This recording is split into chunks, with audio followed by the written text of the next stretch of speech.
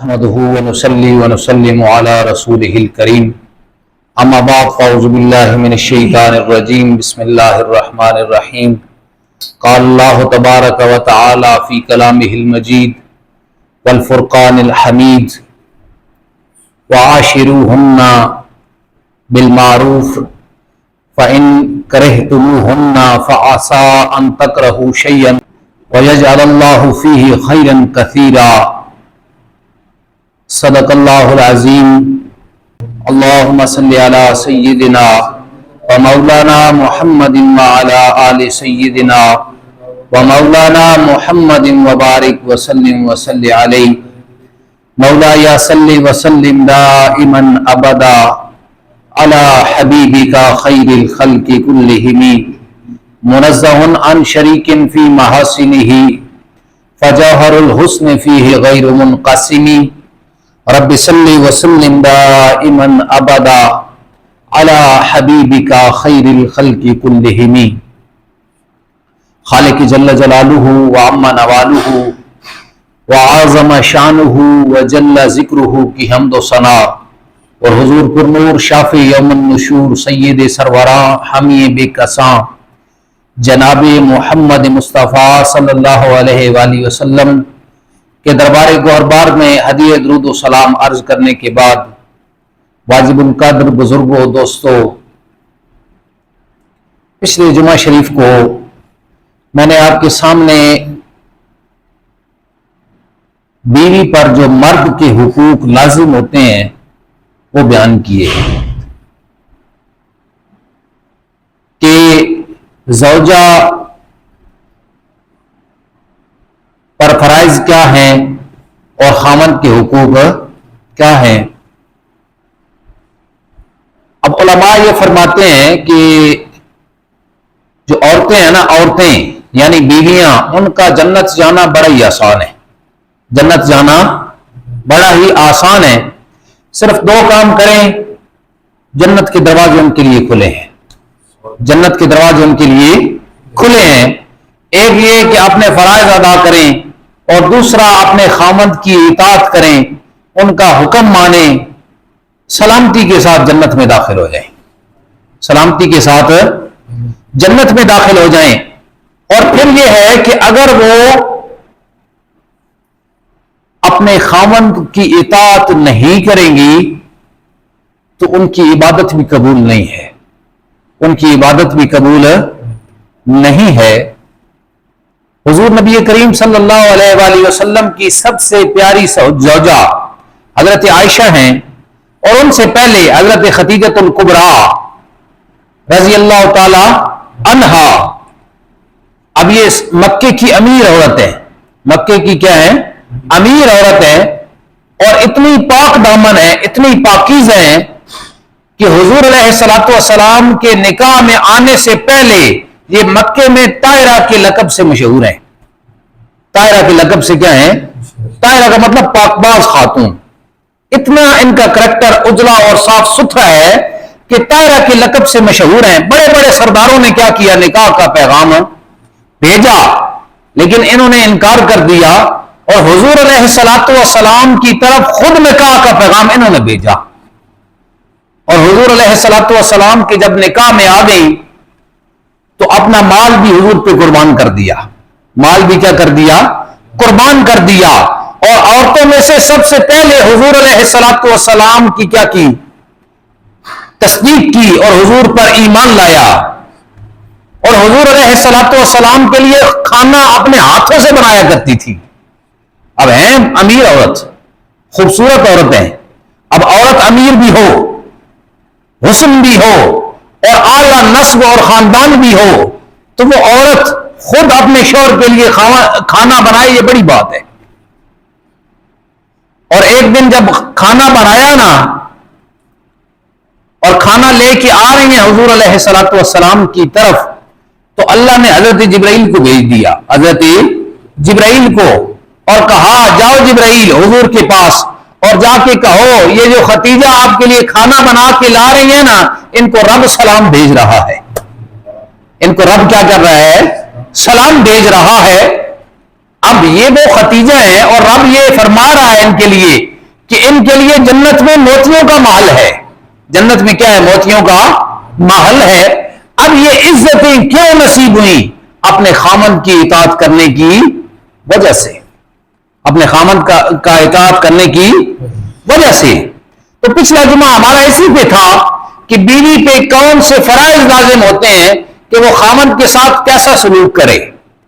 اور آج چونکہ ہم نے ترازو کے دونوں پلڑے برابر کرنے ہیں، ترازو کے دونوں پلڑے کیا کرنے ہیں؟ برابر کرنے ہیں. آج ہمارا اس بات پہ گفتگو ہوگی. ہمارا ٹاپک یہ ہے کہ مرد کے کیا فرائض ہیں، خامند کے کیا فرائض ہیں، وہ اپنی بیوی کے ساتھ کیسا سلوک کرے. اپنی بیوی کے ساتھ کیا ہے؟ کیسا. کیونکہ جمعے کا مقصد کیا ہوتا ہے؟ ہمارے اخلاق، ہمارے عادات، ہمارے اطوار، ان کی کیا ہو؟ تربیت ہو. صرف فضائل سنا کے تو ہم آدھا گھنٹہ پورا کر دیں تو وہ بھی کیا جا سکتا ہے، وہ بھی موجود ہیں، لیکن اس سے بھی اعلی اور اچھی بات یہ ہے کہ ہماری زندگی کے اندر کچھ نہ کچھ تبدیلی آئے، کچھ نہ کچھ کیا آئے؟ تبدیلی آئے. تو آج ہمارا یہ ٹاپک ہے کہ خامند کے کیا فرائض ہیں، بیوی کا کیا حق ہے جو اسے دینا چاہیے، جو اسے دینا چاہیے. تو جو میں نے آپ کے سامنے آیہ کریمہ پڑھی ہے، سورہ نساء کی آیت نمبر 19 ہے، اس میں میرا رب یہ فرما رہا ہے وَعَاشِرُوهُنَّ بِالْمَعْرُوفِ، اپنی بیویوں کے ساتھ اچھے طریقے سے زندگی گزارو. رب قرآن میں کیا فرما رہا ہے؟ اپنی بیویوں کے ساتھ اچھے طریقے سے زندگی گزارو. فرمایا آگے فَإِن كَرِهْتُمُوهُنَّ، بعض اوقات ہوتا ہے عورت کا حسن اتنا زیادہ نہیں ہوتا، اس کی خوبصورتی اتنی زیادہ نہیں ہوتی، اور بعض اوقات یہ ہوتا ہے کہ وہ اتنا جہیز نہیں لاتی. جہیز تو ویسے ہی اور زیادہ دے دینا یہ شریعت کے خلاف ہے، تو اتنا جہیز نہیں لاتی. بعض اوقات یہ ہوتا ہے کہ اس کا اخلاق اتنا اچھا بیوی کا نہیں ہوتا. تو میرا رب یہاں کیا فرما رہا ہے؟ فَإِن كَرِهْتُمُوهُنَّ، اگر تمہیں ان کی کوئی عادت ناپسند ہو. تو اللہ تعالیٰ نے ارشاد فرمایا کہ ہو سکتا ہے کہ کوئی عادت تمہیں ناپسند ہے، تو وَعَسَىٰ أَن تَكْرَهُوا شَيْئًا وَيَجْعَلَ اللَّهُ فِيهِ خَيْرًا كَثِيرًا، فرمایا کہ ہو سکتا ہے کہ تم کسی چیز کو ناپسند کرو اور اللہ نے تمہارے لیے اس میں بہت بڑی خیر رکھ دی ہو، بہت بڑی خیر رکھ دی ہو. اگر عورت کی کوئی خوبی تمہیں ناپسند ہے تو ایسی خوبیاں بھی دیکھو جو اچھی ہیں، جو کیا ہیں؟ اچھی ہیں. اور ہو سکتا ہے، علماء نے اس آیت کی تفسیر میں لکھا ہے، ہو سکتا ہے اللہ اس عورت سے آپ کو ایسی اولاد عطا کر دے جو آپ کے نام کو 4 چاند لگا دے، جو آپ کے نام کو کیا کر دے؟ 4 چاند لگا دے. ایسی اولاد ہو جو اللہ کے قریب ہو اور آپ کی بخشش کا ذریعہ بن جائے، آپ کی بخشش کا کیا بن جائے؟ ذریعہ بن جائے. تو اللہ تعالیٰ عز و جل نے اس آیت میں ایک بڑا اچھا پوائنٹ ہمیں دیا ہے کہ بھائی دیکھو، نیگیٹو نہ سوچو، مثبت سوچو، پازیٹو سوچو. جب آپ مثبت سوچیں گے، عورت کی جو خامی ہے اس کو دور کر کے، یا اس کو آپ اس سے صرف نظر کر کے اس کی اچھائیوں کو سامنے رکھیں گے، تو انشاءاللہ آپ کا گھر جنت کا نظارہ پیش کرے گا، جنت کا نظارہ پیش کرے گا. اگر عورت میں ایک خامی ہے تو اس میں 1000 خوبیاں بھی تو ہوں گی. حضور نبی کریم صلی اللہ علیہ وآلہ وسلم نے ارشاد فرمایا خیرکم خیرکم لأہلہ، فرمایا تم میں سے سب سے بہتر وہ ہے جو اپنے گھر والوں سے کے لیے سب سے کیا ہے؟ بہتر ہے، اپنے گھر والوں کے لیے سب سے بہتر ہے. اور حضور نے ارشاد فرمایا انا خیرکم لأہلی، فرمایا میں تم سب سے بہتر ہوں اپنے گھر والوں کے لیے، اپنے گھر والوں کے لیے. اب ہماری تو ایک بیوی ہے یا کسی کی 2 ہو جائیں. حضور علیہ السلام کی 9 بیویاں تھیں. کتنی تھی؟ 9 بیویاں تھیں. اور 2 بیویوں کے درمیان عدل کرنا، انصاف کرنا مشکل ہے. حضور علیہ السلام نے اپنی ساری بیویوں کے درمیان کیا کیا؟ انصاف کیا. کیا کیا؟ انصاف کیا. حضور نے ارشاد فرمایا جس کی 2 بیویاں ہوں اور وہ ان سے حسن سلوک نہ کرے، انصاف ان کے درمیان نہ کرے، ایک کو چھوڑ دے اور ایک کے ساتھ اچھا سلوک کرتا رہے، فرمایا قیامت والے دن وہ آئے گا نا تو اس کا آدھا حصہ مفلوج ہوگا، اس کے جسم کا آدھا حصہ کیا ہوگا؟ مفلوج ہوگا، فالج زدہ ہوگا، جھکا ہوا ہوگا، تاکہ سارے عالم معاشر کو پتہ چلے یہ وہ بندہ ہے جس نے اپنی بیوی کا حق ادا نہیں کیا۔ اب انسان باہر سب کے ساتھ اچھا بنے، سب کے ساتھ کیا کرے؟ اچھا بنے، اور گھر میں اپنی اولاد کے ساتھ، اپنی بیوی کے ساتھ اس کا اچھا سلوک نہ ہو تو پھر اس کا کیا فائدہ؟ حدیث جو میں نے آپ کے سامنے رکھی ہے، حضور نے فرمایا تم میں سے سب سے بہتر انسان وہ ہے جو اپنے گھر والوں کے ساتھ کیا ہے؟ اچھا ہے، اپنے گھر والوں کے ساتھ اچھا سلوک کرتا ہے۔ اور حضور علیہ السلام نے ارشاد فرمایا اکمل المؤمنین ایمانا احسنهم خلقا، فرمایا مومنوں میں سے سب سے کامل اور مکمل ایمان والا وہ ہے نا جس کے اخلاق سب سے بہتر ہے، جس کے اخلاق کیا ہے؟ سب سے بہتر ہے۔ اور آگے فرمایا وَأَلْطَفُهُمْ بِأَهْلِهِ، اور اپنے گھر والوں کے لیے سب سے زیادہ مہربان ہے، اس کا ایمان سب سے زیادہ مکمل ہے۔ اپنے گھر والوں کے لیے سب سے زیادہ کیا ہے؟ مہربان ہے، اس کا ایمان سب سے زیادہ مکمل ہے۔ حضور علیہ السلام نے جو پہلی آپ نے شادی کی، نکاح فرمایا کس کے ساتھ؟ حضرت خدیجہ الکبریٰ رضی اللہ تعالی عنہا کے ساتھ۔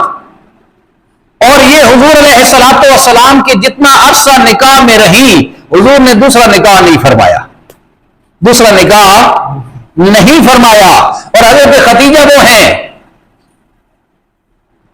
جب آپ اس دنیا سے وصال کر گئی نا تو حضرت عائشہ، حضور اکثر ان کا ذکر کرتے تھے حضرت خدیجہ کا کہ وہ بڑی اچھی تھی، وہ ایسے تھی، وہ ایسی تھی۔ تو عورتیں ہوتی ہیں نا، شوقن ہوتی ہے، آپس میں تھوڑا سا ان کی لگتی بھی ہے۔ تو حضرت عائشہ ایک دن عرض کرنے لگی یا رسول اللہ صلی اللہ علیہ وسلم، میں بھی بیوی آپ کے پاس ہوں، آپ کی اور بیویاں ہیں، آپ ہر وقت خدیجہ کا ذکر کرتے رہتے ہیں، ہر وقت کن کا ذکر کرتے رہتے ہیں؟ خدیجہ کا۔ تو حضور علیہ السلام نے ارشاد فرمایا خدیجہ کے معاملے میں مجھے کچھ مت کہا کرو، اس لیے کہ جب ساری دنیا مجھے جھٹلا رہی تھی خدیجہ اس وقت بھی میری تصدیق کر رہی تھی، ساری دنیا میرا انکار کر رہی تھی، خدیجہ کیا کر رہی تھی؟ میرا اقرار کر رہی تھی۔ ساری دنیا مجھے محروم کر رہی تھی، اس وقت خدیجہ مجھے اپنا مال عطا کر رہی تھی، اپنا مال کیا کر رہی تھی؟ عطا کر رہی تھی۔ ساری دنیا مجھے تکلیف دے رہی تھی، مجھے دلاس خدیجہ الکبریٰ دے رہی تھی۔ یہ حضور علیہ السلام کی زوجہ ہے۔ اور حضرت عائشہ صدیقہ رضی اللہ تعالی عنہا، یہ حضور علیہ السلام کی ایک کماری عورت ہے، بیوی ہیں، جن سے آپ نے کیا کیا؟ نکاح فرمایا۔ اس کے علاوہ حضور علیہ السلام کے جتنے نکاح ہیں یا تو وہ بیوہ عورتوں سے تھے یا طلاق یافتہ عورتوں سے تھی۔ صرف ایک بیوی آپ کی ایسی تھی جو پہلے شادی شدہ نہیں تھی۔ کیوں؟ اس لیے کہ جو طلاق یافتہ عورت ہوتی ہے یا بیوہ عورت ہوتی ہے وہ معاشرے کا کمزور طبقہ ہوتی ہے، اور کمزور طبقے کو اٹھانے والے میرے نبی ہیں، کمزور طبقے کو اٹھانے والے میرے نبی ہیں، جو آپ صلی اللہ علیہ وسلم نے بیوہ سے بھی نکاح فرمایا اور مطلقہ سے بھی کیا فرمایا؟ نکاح فرمایا۔ ہمارے یہاں نا، ہمارے گاؤں میں یہ یا ادھر ادھر علاقے میں یہ چیز بڑی ہے کہ عورت کو اگر طلاق ہو گئی ہے یا وہ بیوہ ہو گئی ہے، اس کو 2 کمرے بنا دو، ساری زندگی بیٹھ کے وہ بیچاری اپنی قسمت کو کوستی رہے، ساری زندگی بیٹھ کے اپنی قسمت کو۔ مرد جو ہے وہ اگر بیوی کو طلاق دے دیتا ہے وہ نکاح کر لیتا ہے، لیکن اگر عورت کو جو ہے وہ طلاق ہو جاتی ہے یا وہ بیوہ ہو جاتی ہے، اس کو 2 کمرے بنا دو، ہوتی جوان ہے، ظلم یہ ہے کہ اس کا حق ضبط کر لیا جاتا ہے، اس کا حق کیا کر لیا جاتا ہے؟ ضبط کر لیا جاتا ہے۔ اگر مرد کی خواہشات ہے تو عورت کی نہیں ہے۔ اسی طرح قرآن میں میرا رب یہ ارشاد فرماتا ہے وَلَهُنَّ مِثْلُ الَّذِي عَلَيْهِنَّ بِالْمَعْرُوفِ، فرمایا عورتوں کے بھی ایسے ہی حقوق ہیں جس طرح مرد کے حقوق ہیں، جس طرح مرد کے کیا ہیں؟ حقوق ہیں۔ عورتوں وَلَهُنَّ کا مطلب ہے عورتوں کے حقوق، عورتوں کے حقوق رب نے پہلے بیان فرمائے، مردوں کے حقوق بعد میں ذکر فرمائے۔ کیوں؟ اس لیے کہ عورت کمزور ہوتی ہے تو کمزوروں کو اٹھانے والا یا رب ہے یا اس کا رسول ہے۔ یا اس کا کیا ہے؟ رسول ہے. اور حضور علیہ الصلوۃ والسلام کا اپنی ازواج مطہرات کے ساتھ کیسا سلوک تھا؟ حضرت عائشہ صدیقہ رضی اللہ تعالی عنہا یہ حضور کی وہ زوجہ محترمہ ہیں جو فرماتی ہیں کہ میں حضور علیہ الصلوۃ والسلام کے سر میں کنگھی کر دیا کرتی تھی. سر میں کیا کیا کرتی تھی؟ کنگھی. آپ کے سر مبارک کو میں دھو دیا کرتی تھی. میں حضور علیہ الصلوۃ والسلام کے کپڑے دھویا کرتی تھی. آپ کے لیے سالن بنایا کرتی تھی. گویا خامن کی خدمت کرنا. یہ ازواج مطہرات ہمیں سبق دے رہی ہیں. حضور کی بیٹی نہیں حضرت فاطمہ اپنے شوہر علی کے لیے چکی بھی پیس رہی ہیں. چکی بھی پیس رہی ہیں. پانی میں مشقیں بھر بھر کے لا رہی ہیں یہاں تک کہ کمر پہ وہ مشق کا نشان بن گیا. اور حضرت عائشہ کے ساتھ حضور کا کیسا سلوک ہے؟ آپ کی زوجہ محترمہ ہے. ایک دن نا حضور علیہ الصلوۃ والسلام نے حضرت عائشہ سے فرمایا عائشہ میرے ساتھ دوڑ لگائیں گی؟ میرے ساتھ دوڑ؟ جی یا رسول اللہ صلی اللہ علیہ وسلم دوڑ لگائیں گی. اب دیکھیں نا آپ نے بیوی کے ساتھ مذاق کرنا دل لگی کرنا یہ شریعت ہمیں کہتی ہے. ایسا نہیں کہ منہ بنا کے بیٹھ جائیں فرعون بن کے بیٹھ جائیں. گھر میں انسان ہوتا ہے تو اپنی بیوی جو آپ کے لیے سب کو چھوڑ کے آ گئی ہے تو اس کے ساتھ مذاق کرنا دل لگی کرنا یہ شریعت ہمیں کیا کرتی ہے؟ درس دیتی ہے. تو حضور علیہ الصلوۃ والسلام نے حضرت عائشہ کو فرمایا عائشہ میرے ساتھ دوڑ لگائے گی؟ میرے ساتھ دوڑ؟ جی یا رسول اللہ صلی اللہ علیہ وسلم. جب دوڑ لگائی نا تو حضرت عائشہ آگے نکل گئی. حضرت عائشہ آگے نکل گئی. کچھ عرصے کے بعد پھر حضور نے فرمایا عائشہ میرے ساتھ دوڑ لگائیں گی؟ جی یا رسول اللہ صلی اللہ علیہ وسلم. پھر دوڑ لگائی. حضور آگے نکل گئے. حضور آگے نکل گئے. حضور نے فرمایا حاضی بتل کا. فرمایا جو تم آگے نکل گئی بھی نہیں یہ اس کا بدلہ ہے. یہ اس کا کیا ہے؟ بدلہ ہے. یہ حسن سلوک اپنی بیوی کے ساتھ یہ حضور اس کا کیا کر رہے ہیں؟ درس دے رہے ہیں. اسی طرح ایک دفعہ حضرت عائشہ فرماتی ہیں حبشہ سے کچھ لوگ آئے. حبشہ سے کچھ لوگ آئے. ان کے پاس تلواریں تھیں اور وہ سامنے مسجد نبوی کے سامنے کھڑے ہو کر اپنی تلواروں کے ساتھ کھیل کھیلنے لگے. اب جب ان کی آوازیں آئی نا تو میں نے کان لگائے اور میں نے کہا یا رسول اللہ صلی اللہ علیہ وسلم لگتا ہے جو حبشہ سے آئے ہیں نا وہ تلواروں کے ساتھ کھیل رہے ہیں. تلواروں کے ساتھ کھیل رہے ہیں. تو حضور نے فرمایا اے عائشہ کیا دیکھنا چاہتی ہو؟ کیا دیکھنا چاہتی ہے؟ جی یا رسول اللہ صلی اللہ علیہ وسلم. تو حضور اپنے گھر کے دروازے میں کھڑے ہو گئے اور ایسے ہاتھ رکھ کے دروازے کے کنارے پہ ہاتھ رکھ کے آپ کھڑے ہو گئے. حضرت عائشہ فرماتی ہے میں نے اپنی ٹھوڑی حضور کے ہاتھ پہ رکھی اور دیکھنے لگی گویا حضور مجھے دکھا رہے ہیں ان کا کھیل. ان کا کھیل یہ اپنی بیوی کے ساتھ کیا ہے؟ اس نے سلوک ہے. اپنی بیوی کے ساتھ کیا ہے؟ اس نے سلوک ہے جو حضور علیہ الصلوۃ والسلام نے درس دیا. اور حضور علیہ الصلوۃ والسلام نے ارشاد فرمایا اپنی بیوی کو برا بھلا نہ کہو. اپنی بیوی کو برا بھلا نہ کہو. اسے مارو نہیں. اسے مارو نہیں. ہمارے ہاں کچھ جانور قسم کے لوگ ہوتے ہیں بیوی کو مارنا تھپڑ ڈنڈے یہ ان کا وتیرہ ہوتا ہے. بات بات پہ گالی نکالنا ان کا وتیرہ ہوتا ہے. حضور نے ارشاد فرمایا اپنی بیوی کو مارو نہیں. اگر کبھی مارنے کی حاجت بھی وہ ایک صورت ہے کہ اگر بے حیائی کی مرتکب وہ عورت بیوی خامن کی عزت کا خیال نہ رکھے تو پھر اسے مارنے کی کیا ہے؟ اجازت ہے. لیکن وہ بھی ایسی مار کہ جس پر نشان جسم پہ نہ پڑے. نشان جسم پہ نہ پڑے. ہمارے یہاں جائے لوگ کیا کرتے ہیں؟ بیوی کو گالیاں نکالنا اسے مارنا اسے بے عزت کرنا یہ ان کا وتیرہ ہوتا ہے. حالانکہ حضور علیہ الصلوۃ والسلام کہ ایک صحابی ہیں ذرا سنیے گا بڑے پائے کی بات ہے. ایک صحابی ہیں ابو مسعود انصاری رضی اللہ تعالی عنہ. چونکہ اس وقت غلاموں کا دور تھا.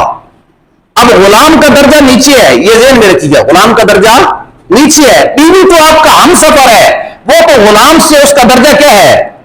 بلند ہے. اب میں بات کر رہا ہوں غلام کی کہ مدینہ شریف میں ابو مسعود انصاری فرماتے ہیں کہ میرے غلام نے کوئی غلطی کی اور میں اسے مار رہا تھا. اسے مارتے مارتے نہ تو پیچھے سے حضور تشریف لے آئے اور حضور آ کر میرے پیچھے کھڑے ہو گئے اور فرمایا ابو مسعود یہ بات جان لو. کیا کہا ابو مسعود یہ بات جان لو، حضور علیہ السلام نے 2 مرتبہ یہ بات کہی، تو میں نے جب پیچھے دیکھا نا تو پیچھے حضور کھڑے تھے، حضور کھڑے تھے۔ تو حضور علیہ السلام نے فرمایا ابو مسعود اپنے غلام کو مار رہے ہو، یہ بات جان لو جتنا تم اپنے غلام پہ قدرت رکھتے ہو نا، اللہ اس سے بڑھ کر تیرے اوپر قدرت رکھتا ہے، اللہ اس سے بڑھ کر تیرے اوپر کیا ہے؟ قادر ہے۔ جتنا تو اپنے غلام پہ قادر ہے، جتنے آپ اپنے غلام پہ قدرت رکھتے ہیں، وہ بیچارہ غلام ہے، ہاتھ نہیں اٹھا رہا، تو جتنا آپ اس پہ قدرت رکھتے ہیں اور اسے مار رہے ہیں، اس سے بڑھ کر اللہ آپ پہ کیا کرتے ہیں؟ قدرت رکھتا ہے۔ اگر اللہ تجھے پکڑ لے پھر چھڑانے والا کوئی نہیں۔ ابو مسعود فرماتے ہیں میں ڈر گیا اور کہا یا رسول اللہ صلی اللہ علیہ وسلم، میں نے اپنے غلام اس کو آزاد کر دیا، اس غلام کو کیا کر دیا؟ آزاد کر دیا۔ جب غلام کو آزاد کیا نا، حالانکہ غلام اس وقت پراپرٹی ہوتا تھا، پیسوں سے دیا جاتا تھا، غلام کو آزاد کر دیا تو حضور علیہ السلام نے ارشاد فرمایا ابو مسعود اگر ایسا نہ کرتے تو یہ غلام آپ کو جہنم میں لے جانے کا سبب بن جاتا۔ اگر اسے آزاد نہ کرتے یہ غلام جہنم میں لے جانے کا سبب۔ اب آپ اس واقعہ کو سامنے رکھیں کہ ایک بندہ جو غلام کو مار رہا ہے، اور حضور علیہ السلام نے ایک بندے نے سوال کیا کہ اگر غلام غلطی کرے تو ہمیں دن میں اسے کتنی مرتبہ معاف کرنا چاہیے؟ حضور نے فرمایا 70 دفعہ۔ کتنی دفعہ؟ 70 مرتبہ اگر غلام غلطی کرے اسے کیا کر دو؟ معاف کر دو۔ آپ غلاموں کا دور نہیں ہے، میں نے پہلے کہا غلام کا درجہ تھوڑا ہے، اور بیوی چونکہ آپ کی ہم سفر ہے اس کا درجہ کیا ہے؟ اور زیادہ قریب ہے اور بڑا ہے۔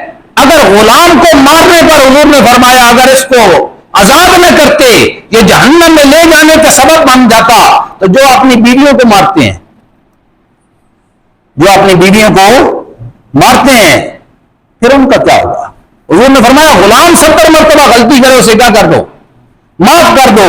تو وہ تو آپ کی شریک حیات ہے، اس کی چھوٹی سی غلطی بھی آپ برداشت نہیں کرتے، اس لیے آپ کا گھر جہنم کا نظارہ پیش کرتا ہے۔ اور یہ بھی بات سن لیں، ایک بڑا بات مشہور ہے کہ جو مرد کا رزق ہوتا ہے یہ عورت کے نصیب کے ساتھ ہوتا ہے، اولاد مرد کے نصیب کے ساتھ ہوتی ہے۔ یہ ویسے بات ہے، اس کا کوئی شریعت میں حیثیت نہیں ہے۔ بچیاں دینا یا بچے دینا، کئی بندے اس لیے بھی اپنی بیوی کو برا سمجھتے ہیں کہ جی بیٹیاں پیدا ہوتی ہیں بیٹا نہیں ہوتا، اس میں کیا قصور ہے؟ جو بیوی ہے اس بیچاری کو اس میں کیا قصور ہے؟ کیا اس نے خود اپنے ملک سے کہا کہ بیٹی پیدا ہو بیٹا نہ ہو؟ یہ تو رب کی دین ہے۔ رب تعالیٰ قرآن میں فرماتا ہے اللہ جسے چاہتا ہے یہب لمن یشاء اناثا ویہب لمن یشاء الذکور، جسے چاہتا ہے بیٹیاں دیتا ہے، جسے چاہتا ہے بیٹے عطا کرتا ہے، اور یزوجہم، جسے چاہتا ہے بیٹیاں بھی دیتا ہے اور بیٹے بھی دیتا ہے، ویجعل اللہ من یشاء عقیما، فرمایا جسے چاہتا ہے اللہ کچھ بھی نہیں عطا کرتا، اللہ سے بانجھ کر دیتا ہے۔ اللہ کیا کر دیتا ہے؟ بانجھ۔ اس میں عورت کا کوئی قصور نہیں ہے، یہ رب کی دین ہے، اور چاہے تو بیٹے عطا کرے، چاہے تو بیٹیاں عطا کرے، چاہے تو دے ہی نہیں، اس میں عورت کا کوئی قصور نہیں ہے۔ اور حضور علیہ السلام نے ارشاد فرمایا عورت کو مارو نہیں، اس کے ساتھ حسن سلوک کرو۔ کیا کرو؟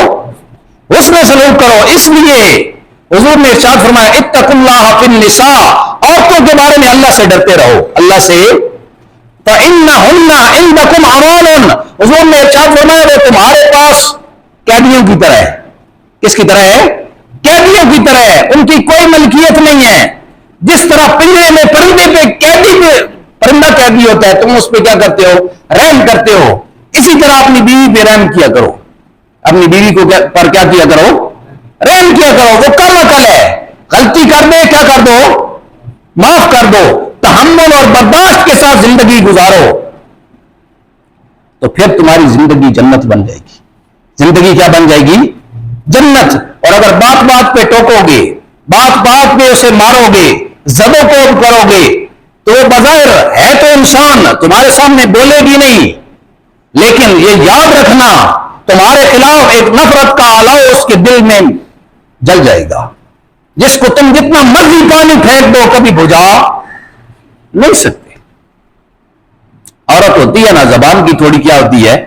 تیز ہوتی ہے، زبان کی کیا ہوتی ہے؟ تیز ہوتی ہے. تو علماء فرماتے ہیں کہ گھر میں عورت آپ کی باورچی بھی ہے. عورت آپ کی کیا ہے؟ باورچی بھی ہے. عورت آپ کے گھر کو صاف ستھرا رکھنے کی ذمہ دار بھی ہے. آپ کے بچوں کی تربیت بھی کر رہی ہے، بچوں کو بھی سنبھالے ہوئی ہے. اگر یہ سارے کام ایک دن خامن کو پتہ کرنے پڑے نا تو اس سے تارے نظر آئیں. اسے کیا آئیں؟ تارے نظر آئیں. وہ سارے کام کرے، وہ نہیں کر سکتا. اگر وہ یہ سارے کام کر رہی ہے، اگر باورچی رکھو 10,000 اسے دو، ایک گھر کی صفائی کرنے والی نوکرانی رکھو 10,000 اسے دو، بچوں کی تربیت کرنے کے لیے انہیں کھلانے کے لیے ایک اسے رکھو 10,000 اسے دو، پھر کیا کرو گے؟ جو یہ سارے کام کر رہی ہے تو اس کی تھوڑی سی زبان تیز ہے تو اسے برداشت کر لو. اسے کیا کر لو؟ برداشت کر لو. اور یہ برداشت بھی کرو گے نا تو پھر تمہارے لیے آخرت کی راہیں آسان ہو جائیں گی. آخرت کی راہیں کیا ہو جائیں گی؟ آسان. اس لیے کہ زندگی سوچا کرو، زندگی ایک دفعہ ہی ملی ہے. زندگی ایک دفعہ ملی ہے، اور اس ایک دفعہ ملنے والی زندگی میں جو اللہ نے ہمیں ہم سفر عطا کی ہے اس کو خوش کر کے جائیں. اس کو کیا کر کے جائیں؟ جس بندے کا نصیب آپ کے ساتھ نقلی ہو گیا ہے اس کو پریشان کرتے کرتے رلاتے اس دنیا سے چلے جائیں، پھر آپ سے برا انسان کون ہوگا؟ اور اس ایک دفعہ ملنے والی زندگی میں جو آپ کو ہم سفر ملا ہے، اگر اس کی داد رسی کریں، اس کو دلاسا دیں، اس کے ساتھ حسن سلوک کرتے ہوئے یہ زندگی گزر جائے تو پھر آپ سے اچھا انسان کوئی نہیں. اللہ تعالی عمل کی توفیق نصیب فرمائے.